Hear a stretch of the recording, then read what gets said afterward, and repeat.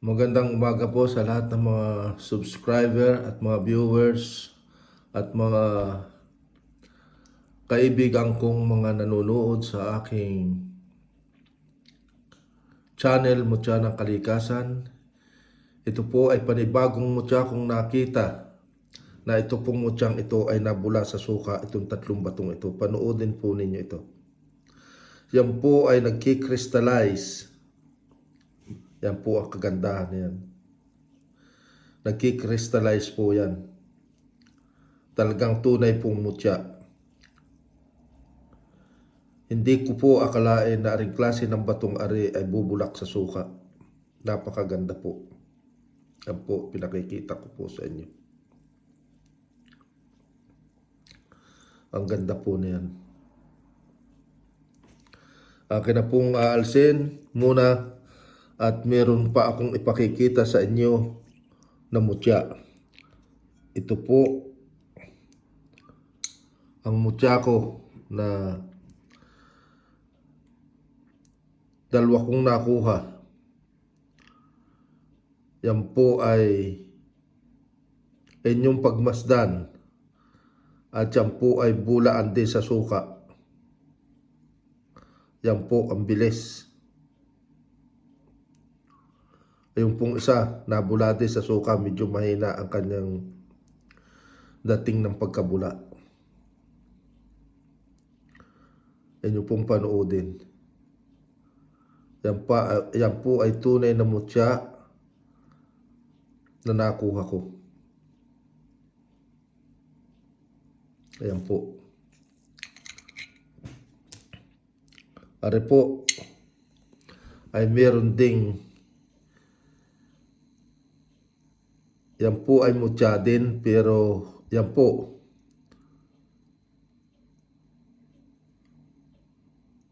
siya po ay matagal magsimula ng pagbula.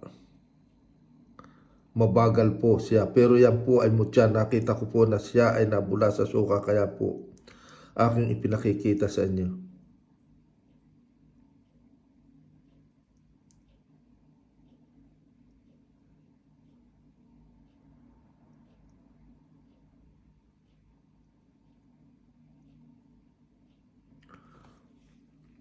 Hindi.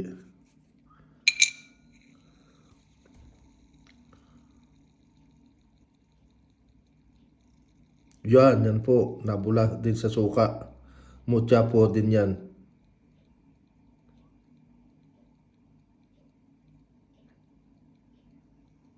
Ang ganda po nila ng mga mutya kong nakuha.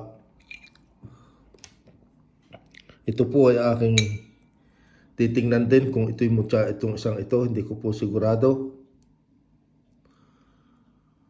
Kung yan po ay mutya, ay magpapakita ng kanyang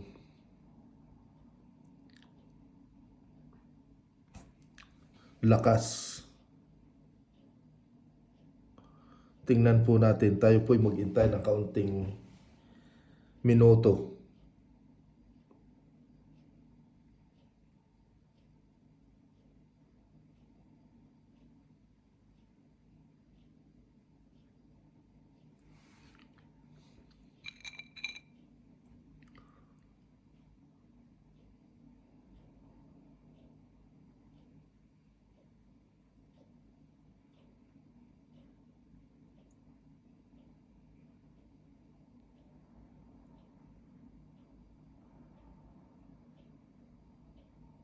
Dati po ito'y nabula. Ba't ito'y ngayon ay parang nagtatampos siya?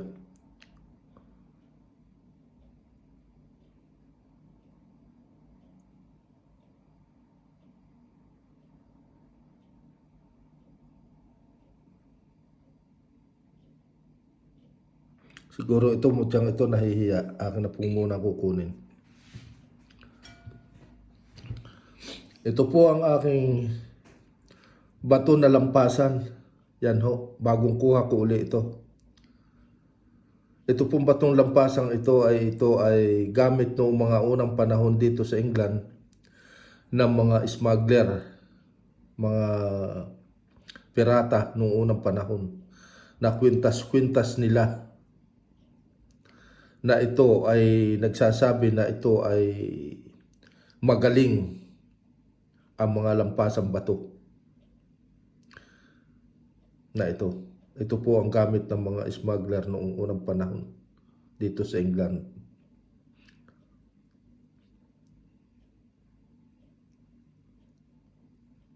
At hanggang sa ngayon ho, ito ay may nakikita ako sa mga English na kanilang kwintas-kwintas at sila'y naniniwala sa power ng batong mga lampasan. Dahil ito raw ay magaling pangkalahatan. At ito po naman, batong ito na may hukay na parang yung ating lusong, yung may hukay, ay ito po ay may dinadalang kagalingan na kapag kayo ay mayroong ganito, ay kayo ay laging hindi kayo nawawalan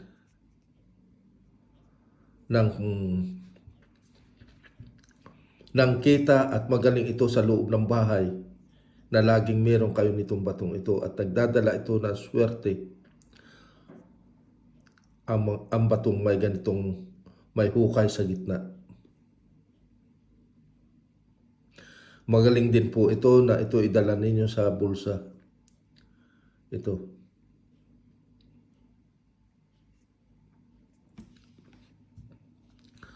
At ito po naman ang aking nakuhang bato na ito ay yung meron po tayong nangka na mga bulok na nahihinog na layot. Ang tawag sabihin layot na ang buto'y nalalayot ay ganito po. Ito po ay buto ng nangka.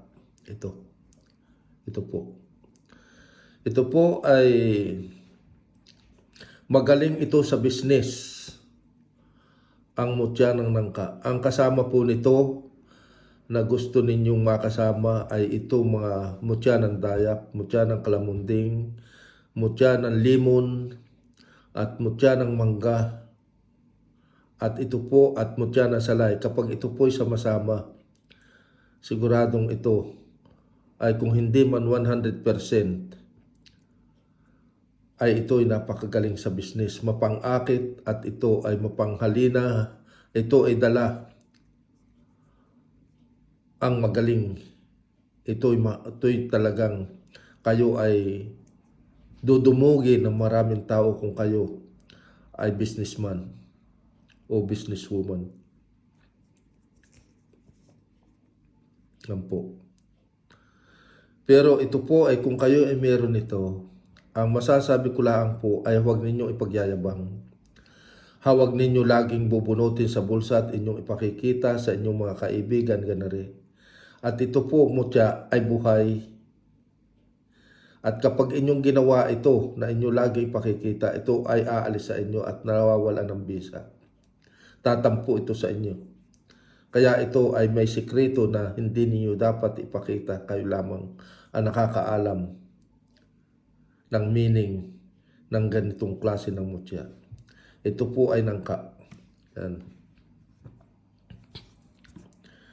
Ito po namang isang ito ay crystallize. Ito po na-crystallize na ito ng mga batong puting ito na tag-usan. Ang ibig sabihin po nito ay ito ay laging malamig. Hindi kayo kaiinitan ng mga tao kapag ito'y dala ninyo. Ang crystallize po ay ito ay hawak ninyo, ito'y malamig. At ito ay nagsasabing magaling din ito at pangkalahatan. At ito ay pag nasinaga ng araw at ito'y dala ninyo, ang mga bad elementong mga itim na mga kwan ay takot dito. Ito ay tunay na mutya ng ibang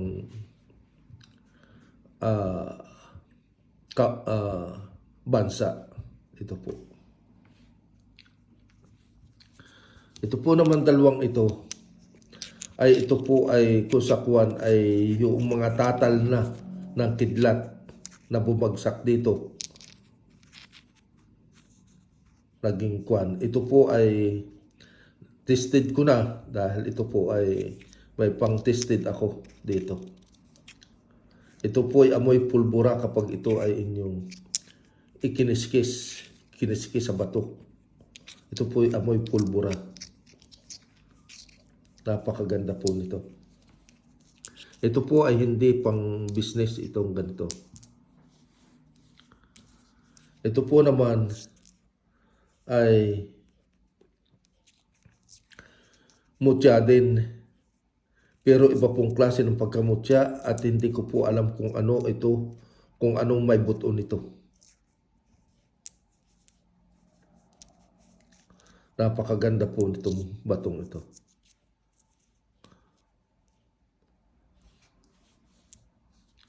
At ito po namang batong ito na may tambok, may circle ito.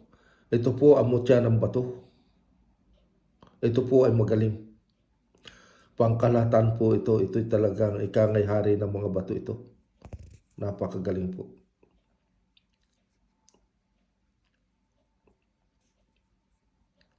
Mutya ng bato.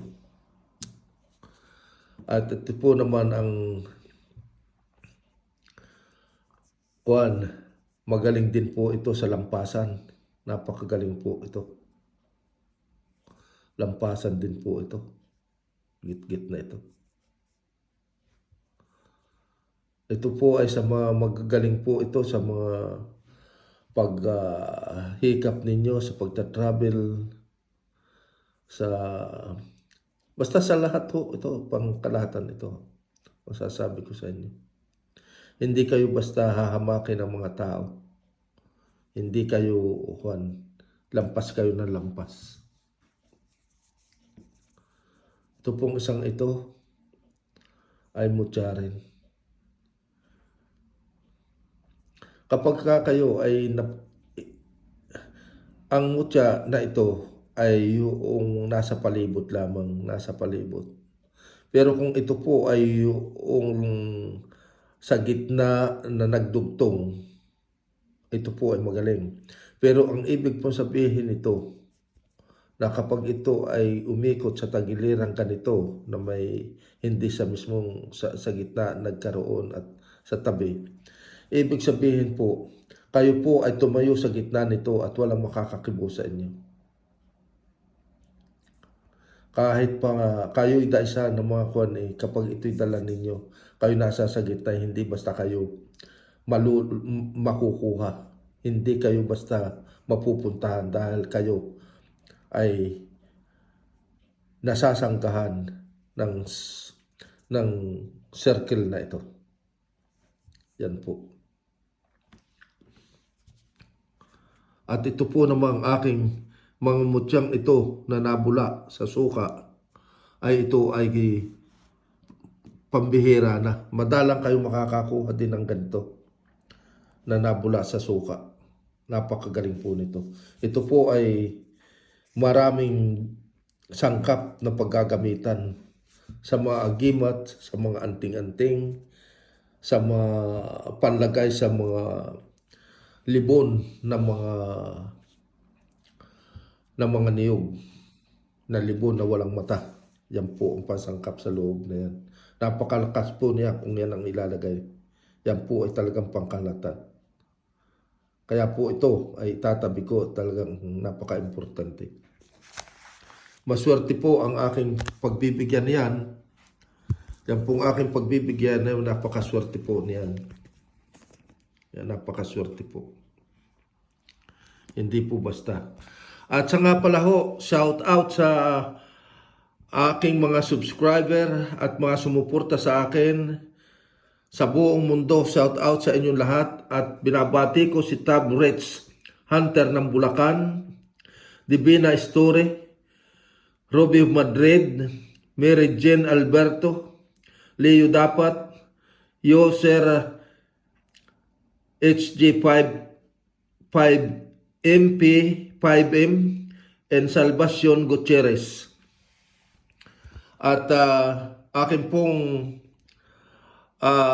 lahat ng mga taga-subaybay sa aking mga mutya ng kalikasan ay wag po kayong mananawang manood sa aking mga ipinakikitang ito. Sana po'y magustuhan ninyo at hintay ko ang inyong suporta sa akin. Kayo po ay hindi ko makakalimutan habang ako'y nabubuhay. At ito po ay ipinamimigay ko, hindi po ako nagbibili o nagpapalimos. Basta ito ay kung sino man lumapit sa akin, ay ito ay ipamimigay ko sa inyo. Hindi ako kukuha ng isang sentimo sa bulsa ninyo. Dahil kayo ay walang hanggan doon ang aking pagmamahal sapagkat kayo ang nagbigay sa akin ng suporta na hindi ko makakalimutan. At sa lahat ng mga nasa ibang bansa, lahat po sa buong mundo, binabati ko po kayo. Pero sa karamihan po ninyo ay hindi ko na po kayo maisa-isa dahil hindi ko po alam ang inyong mga pangalan. Siguro may inyong maunawaan. Maraming po salamat at sana po tayo maniwala lagi sa Panginoon Diyos na siya ang naghasik ng mutya ng kalikasan dito sa mundong ibabaw. Amen.